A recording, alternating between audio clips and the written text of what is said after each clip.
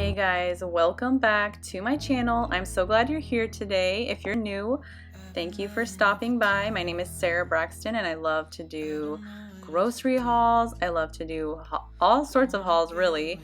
And then I've been doing this Slow Cooker Sunday series and sharing that with you guys. I also like to do day in the lives. So if that sounds good to you, please don't forget to stick around, hit the red subscribe button and the notification bell, and like this video if you like videos like this, guys.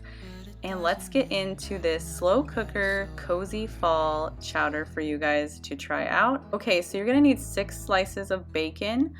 The recipe I used said to add this into the chowder, but I used it as a garnish. And then you're gonna need 2 big chicken breasts or 2 to 3 medium chicken breasts and a small can of chopped green chilies. This is not going to be making the recipe spicy, it's just going to add a little bit of flavor. And then you're going to need an onion. I used about 3/4 of a big onion, but you could also use like 1 small onion. And then some reduced sodium chicken broth, 1 quart of that, 2 cans of sweet corn that is cream style, and then you're gonna need 5 to 6 red potatoes or whatever small potato that you prefer. I got like pre-washed ones just because my life is busy right now and that's just helpful. Some sea salt to taste, some pepper to taste, and then 1 teaspoon of garlic powder. I forgot to show the half and half. You're gonna need 2 cups of half and half, or if you want to make it extra creamy, you're gonna want to use 2 cups of heavy whipping cream, and then some fresh parsley for garnish. And then you can serve this alongside of some crusty bread. I got an Italian loaf. And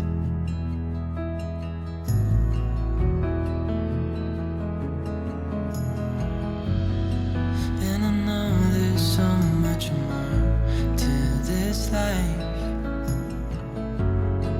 but it's hard to see it clearly. And my camera was not filming when I thought it was, so that's why those are in there already. So I got the 1-inch pieces of the red potato, and then you're gonna do your onion diced, and then you're gonna add in your chicken breast. And now I'm gonna add in my 1 quart of low sodium chicken broth. I've been trying everything I can, but I ain't Going to add in my creamed corn, so I'm going to do 2 cans of that. And I'm going to add in my can of green chilies. And these are not going to be spicy, guys, these are just going to add flavor. trying everything I can. Okay guys, so that's literally all you do, and then you're going to cover Got nothing left. and cook it on low for 6 hours, and then you're gonna add in all the other ingredients. So we will see what this looks like in 6 hours. All right guys, so now it has been 6 hours. So I'm gonna shred the chicken with 2 forks, and then I'm going to season it up and add the half and half. I've been lying here for too long. I don't know what else to do. All right, so now I'm gonna add in 1 teaspoon of garlic powder. Make it through. Okay, I'm gonna taste it now, and then I'm gonna see what it needs for salt and pepper. I've been thinking about my options, every detail in my head, but it doesn't really matter. And then some pepper. I cry instead. And then I'm going to add in the 2 cups of half and half.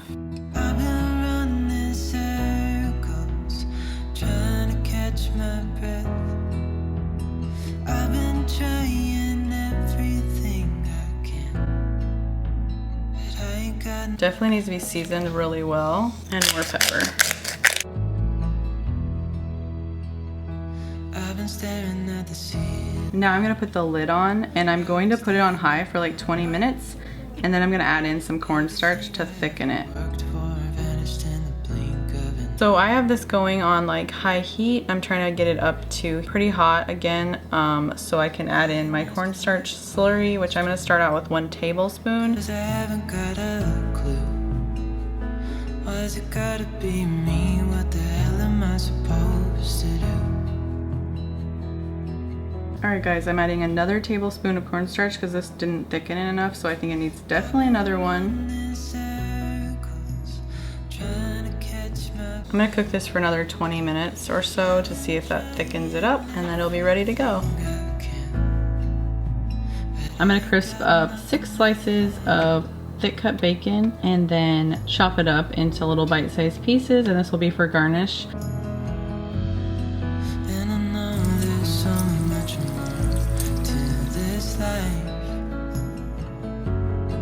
But it's hard to see it clearly. Yeah, I tried my best, but nothing turns out right. Okay guys, so this is what the chicken corn chowder looks like all served up, and I have it alongside some Italian bread with butter. And guys, literally this chowder is so good on its own. It does not need the extras that I prepared. I had parsley, I had bacon chopped up and everything ready to go, right? And I tried it like that and it was just, it brought it down like a notch. So in my opinion, this tastes so much better and fancier just like on its own with some cracked pepper. So in my opinion guys, I think it's really good without the parsley, really good without the bacon, and you can obviously add those. I just think it gives it more of like a home style taste, and without it just on its own, it just tastes fancier. So those are just my thoughts and opinions. So it's really good though guys. This is such good chowder. Highly recommend it. Go make yourself some. Let me know if you're gonna try it out in the comments. I love to hear from you guys. But yeah, this is what dinner is tonight, and it definitely gets a thumbs up. And if you're ready for fall, leave me an emoji down below, like a leaf, a fall leaf or a pumpkin or something fun, like fall themed emoji. I'm just so ready for fall. As you can tell, my candle, my Bath and Body Works like candle going in the background. And anyways guys, if you like videos like this, please don't forget to give this video a thumbs up. It helps me out, and I hope you guys have a great rest of your weekend, and I will see you guys in the next video. Bye guys. Trying to catch my breath. I've been trying everything I can, but I ain't got nothing left.